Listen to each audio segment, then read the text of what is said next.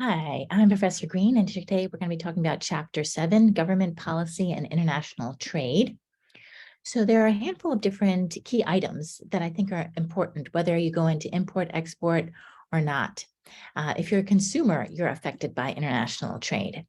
Today, we're going to be talking about identifying the policy instruments used by governments to influence international trade flows.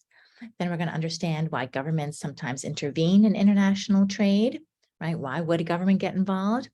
We're going to summarize and explain the arguments against international trade, which the author is very passionate about. We're going to describe the development of the world trading system and the current trade issue, and then we're going to explain the implications for managers of developments in the world trading system. So, and that's where you come into play, not only as a consumer, but as a manager. So the case study that they spoke about, I thought was super interesting. America and Kenya negotiated a trade deal. And when I read the case study, it really encouraged me to get my good friend Deanne DeVries involved. And so she'll be sharing with us hopefully this semester, her experiences in Africa.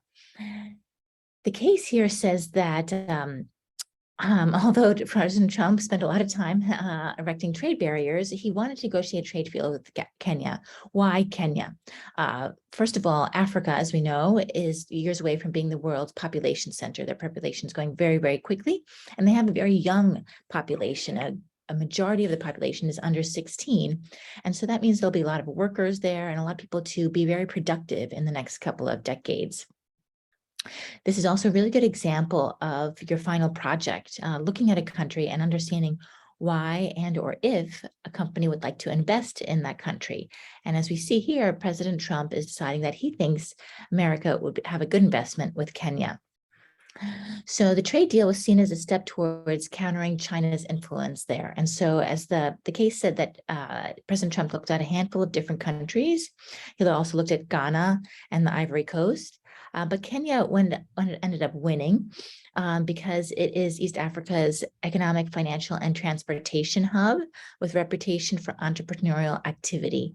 And so we could go into deeper dive with that. But I won't because potentially one of you might choose Kenya for your project. And we'll explain it there. Kenya has signaled interest in a trade deal, of course, with the US, although some concerns remain. And that's because at the moment there's a general free trade agreement between all the different African countries. And if Kenya has a special agreement with just the United States, it might shift or alter the agreement that Kenya has with the rest of Africa. And so that's really yet to be seen how that's actually all going to play out. Now that Trump is no longer in office, this might actually be not really an issue anymore, potentially. And that as we see, that it would be really nice for Kenya to have this free trade agreement. So no tariffs, no subsidies, et cetera, as we'll talk about in this chapter when it talks about importing and exporting American products, and most importantly, having Kenya having access to the American market. So this is a picture of the trade deal. President Trump meets with Kenya's president in 2020 in the Oval Office, saying that officially Kenya has been the chosen country in Africa. So what is free trade? What does that mean when we have an agreement with Africa or with Kenya? There's an absence of barriers to the free flow of goods and services from different countries. The government does not attempt to restrict what its citizens can buy from another country or what they can sell to another country. Many nations are nominally committed to free trade, so we start kind of with ground zero, free trade, but they tend to intervene to protect the interest of different political important groups, as we'll see in the next couple of slides. Why would we come up with tariffs and different subsidies and things like that? There are different reasons that show up. The GATT, which many of you probably have never heard of because it's been replaced now by the WTO, but it was the original organization that was started to do what the WTO does now, and that is it was an international treaty that committed signatories to lowering barriers to the free trade of goods, flow of goods across national barriers, national borders. And so, again, a really important contract or really important treaty between nations so that we can monitor and encourage these ideas of free trade. Steel is a good example of a product that here in the United States, we put a lot of tariffs on importing steel because we want to keep our steel industry alive and healthy in the United States, which we've already spoken about in this course, is not necessarily working, but a lot of people have seen that the steel industry has declined so quickly, and a lot of people have been out of a lot of jobs.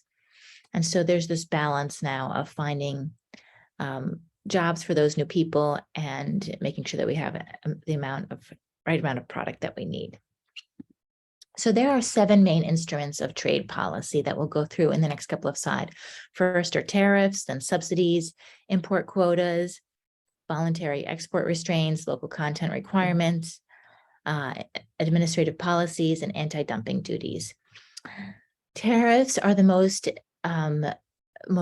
popular. These are taxes on imports and exports. It's the oldest tool. It's the one that's been most successful by the WTO. So as I said, we'll spend a couple of slides on each of these 7. But out of these 7, there has been a rise in 4 of them. And that's what the next slide is going to show you. But I wanted to just show them to you here, or identify them here for you here. Tariffs, subsidies, import quotas, voluntary export restraints. There's been a rise in subsidies, import quotas, voluntary export constraints, and anti-dumping duties, which is really interesting, which we'll see with the case on magnesium. So the good thing is that there hasn't been a rise in tariffs, but a rise in 4 other instruments, non-tariff barriers, that has been affecting trade policy around the world. So the first one, tariffs. What is exactly a tariff? It's a tax levied on imports that effectively raises the cost of imported products relative to domestic products. And this is, it's to protect domestic producers from foreign competition. And again, steel is probably the best example, as I've said, that we had a real, if you've ever been to Pittsburgh, you see these old steel mills everywhere, totally abandoned, a lot of people out of work, because China took over as the leading steel manufacturer. And that President Trump and a lot of people have said we need to create tariffs on the steel being imported from China so that we still have jobs for people here in the United States. Whether that has worked or not is still out for discussion. There are 2 different types of tariffs. The first one are specific tariffs levied as a fixed charge for each unit of an imported good, and then ad valorem tariffs levied at its proportion of the value of an imported good. And so let's hop into the next slide. Tariffs, what they do is they increase government revenues, obviously, because we get some more money, like from China. China pays us additional money than to import their good. They provide protection to domestic producers against foreign competition, but they also increase the cost of the imported foreign goods. So, right, as I said, there to do this with the steel, we're protecting the producers, but then the end user, the consumer, the construction companies, et cetera, that use all this steel are paying a higher price. It forces consumers to pay more. Tariffs are generally pro-producer and anti-consumer. So I think that's really important to know, right? If you start to lobby potentially for a tariff, know that it'll help the people who are working in the steel mills, but it won't help you if you are sitting in Los Angeles renting out an office space, because that product of that office space was more expensive to make. Import tariffs reduce the overall efficiency of the world economy. Again, that's the opinion of the author, but it is, as we saw in the last chapter, a very popular opinion. So by creating these tariffs, we're not letting the markets be completely free, and we lose efficiency. So then the second type of instrument is called a subsidy. It's a government payment to a domestic producer. So we think of agriculture here, or the auto industry.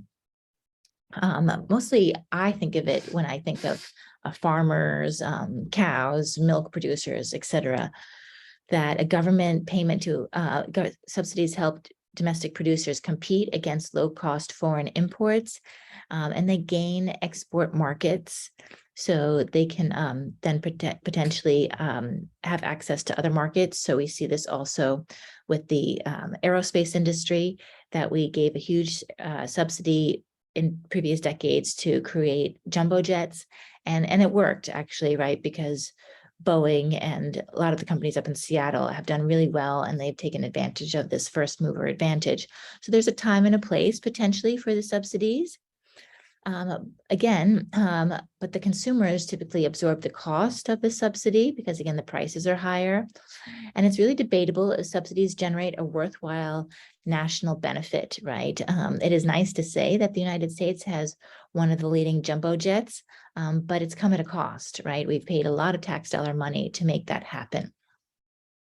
Another example also is in the auto industry that China, they thought, was giving subsidies to auto parts and different auto companies, producers in China.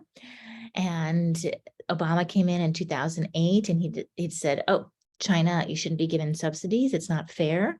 But actually, the auto industry was mute at the time because they get a lot of parts from China, and that having the Chinese government support those costs kept the cost down for the auto manufacturer.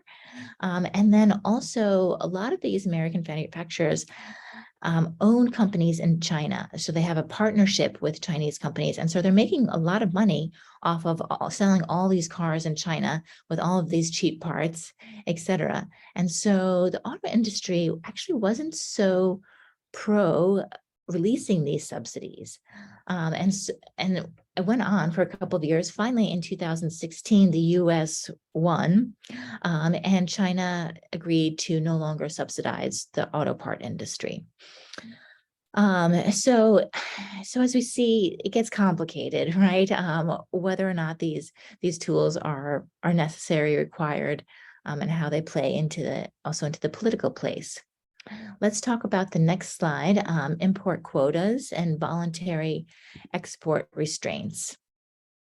An import quota, this is cheese is the best example, a direct restriction of the quantity of some good that may be imported into a country. So I always complain that here in the United States, we don't have such great cheese compared to what we have in Switzerland. And that's because the United States government limits the type of cheese and the amount of cheese that we get, because they want to make sure that the milk and cheese producers here in the United States have access to all the markets, and they can sell all of their goods. As I said already, that the milk farmers are already being subsidized. There's just too much of the product. And so we subsidize them to make sure that they have enough income to exist, but not to make too much product. And again, there are debates on whether that's working or not. The author will tell you time and time again that in the long term, these things don't really work. But at the moment, we still have a lot of these tools in place. The next one is the tariff rate quota. This is a hybrid of a quota and a tariff. A lower tariff is applied to imports within the quota than those over the quota. And the next slide has a really nice graph about that. So it gives you an example of rice in South Korea. So a certain amount of rice here will have a certain tariff, 10% tariff. But then after 1 million tons of rice imported, as you can see, they need a lot more rice. So up to 80%, it'll be taxed at an 80% tariff rate outside of the quota. The next one is voluntary export restraint, VER. This is a quota on trade imposed by the exporting company, typically at the request of the importing country's government. And this is really put in place if they don't want to go so far as truly limiting the trade. And the example here that they give is between Brazil and Mexico. So there were so many cars being exported from Mexico into Brazil, and it wasn't allowing the Brazil car manufacturers to even compete. And so they put a tariff on the cars being imported from Mexico so that the Brazil auto industry could grow potentially. And it's a kind of a short-term type of thing. because they didn't want stronger measures to be imposed in the longer term. As we see, the Brazil, you've seen this chapter, right? The Brazil car industry is kind of not in a very good place, but they're trying to help it catch up in many different ways, let's just say. I'll leave it at that. The last one is the quota rent. This is the extra profit that producers make when supply is artificially limited by an import quota. So this is the amount of money that the farmers, for example, will receive when they meet their limit of how much milk to produce. So as I said, they'll get money above so that they can keep their farm going and raise their children, etc. But they don't want the farmers to create too much product, because then the market would just be flooded and the price would drop. And economists that look at the situation think that this is the best way to handle it. So now we're going to talk a little bit about export tariffs and bans. These are also known as restraints. An export tariff is a tax placed on the export of a good. This is very rare. We don't see this very often. The goal is to discriminate against exporting to ensure supply. An example that we have seen in the past is grain in China. So China wanted to make sure that they had enough grain for their people, for their population, and that potentially they could get more money for their grain abroad. But China said that we want to make sure that we have enough grain to feed our people. So they put a tariff on that. There's also export ban. This is a policy that partially or entirely restricts the export of a good. You'd think, like, why would this ever happen, right? It happened in 1975 when there was a ban of exports of crude oil to ensure sufficient supply of domestic oil at home. And what happened was Israel was in conflict with Palestine, no surprise, and other Arab countries.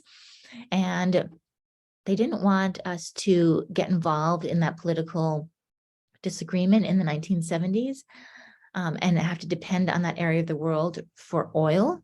And so they said, let's just keep all our oil at home and make sure that we have enough, even though, again, the suppliers in the United States could potentially get more money for that oil abroad. But it was causing a bigger political issue. And they didn't want the United States to have to get involved because they were dependent now on the oil from abroad.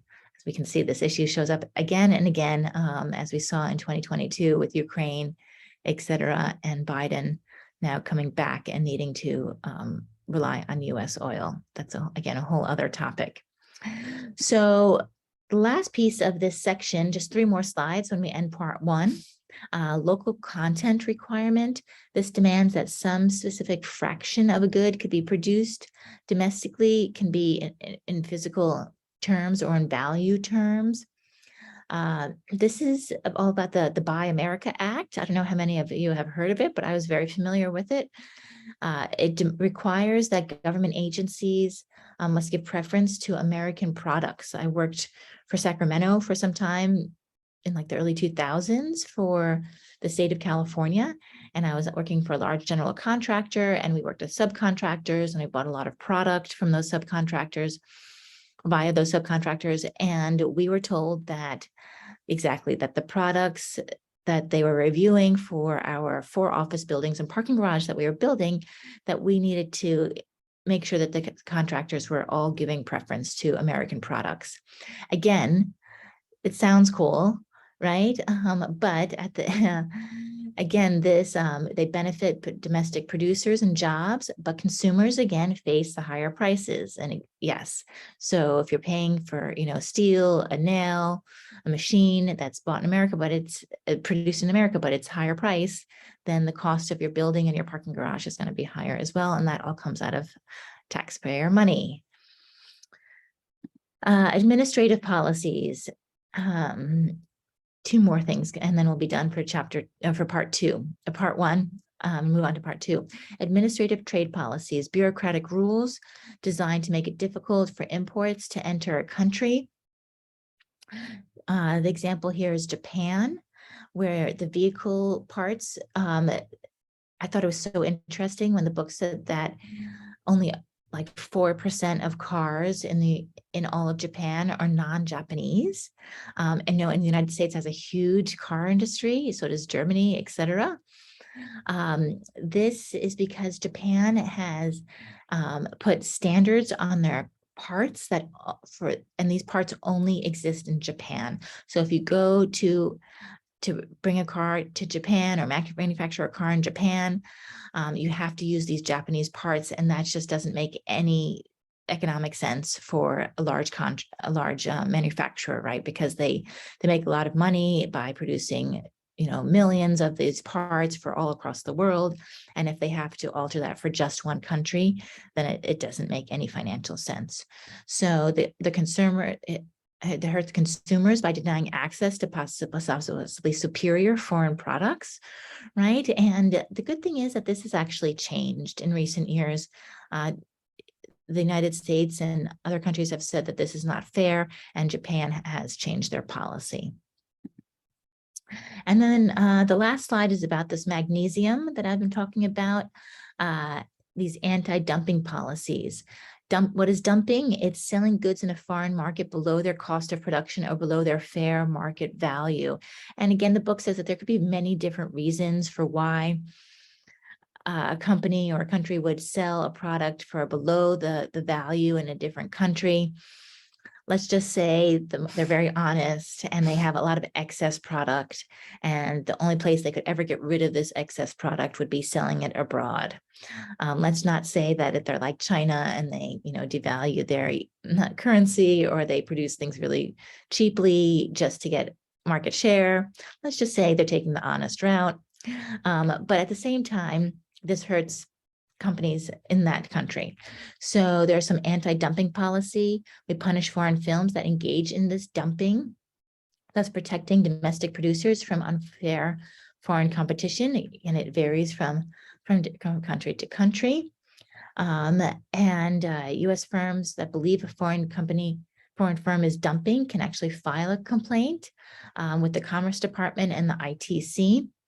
And if the complaint has merit, countervailing duties may be imposed. And this did happen. It took years for magnesium to show up that the U.S. producers of magnesium, which is, again, a product that shows up in the car industry, were saying that Russia and China, countries with not a lot of integrity, right, and in the long, very often, were dumping, and that they were selling magnesium in the United States for a very, very low price.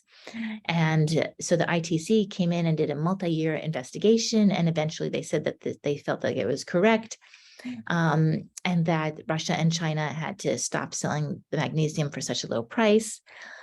And now magnesium producers in the United States could finally compete. But again, right, great for magnesium producers in the United States, but right, you can probably answer this, not good for consumers, right, because the price increased in magnesium and the price of our cars go up. So thank you guys all for listening. The good thing is, last thing, this countervailing duties, it's a special tariff for only up to potentially 5 years. So after that happened with the ITC, maybe the price of our cars will eventually go down if we start to source magnesium again from Russia and China. Great. I will go ahead and stop here, and I will see you in part 2 of chapter 7.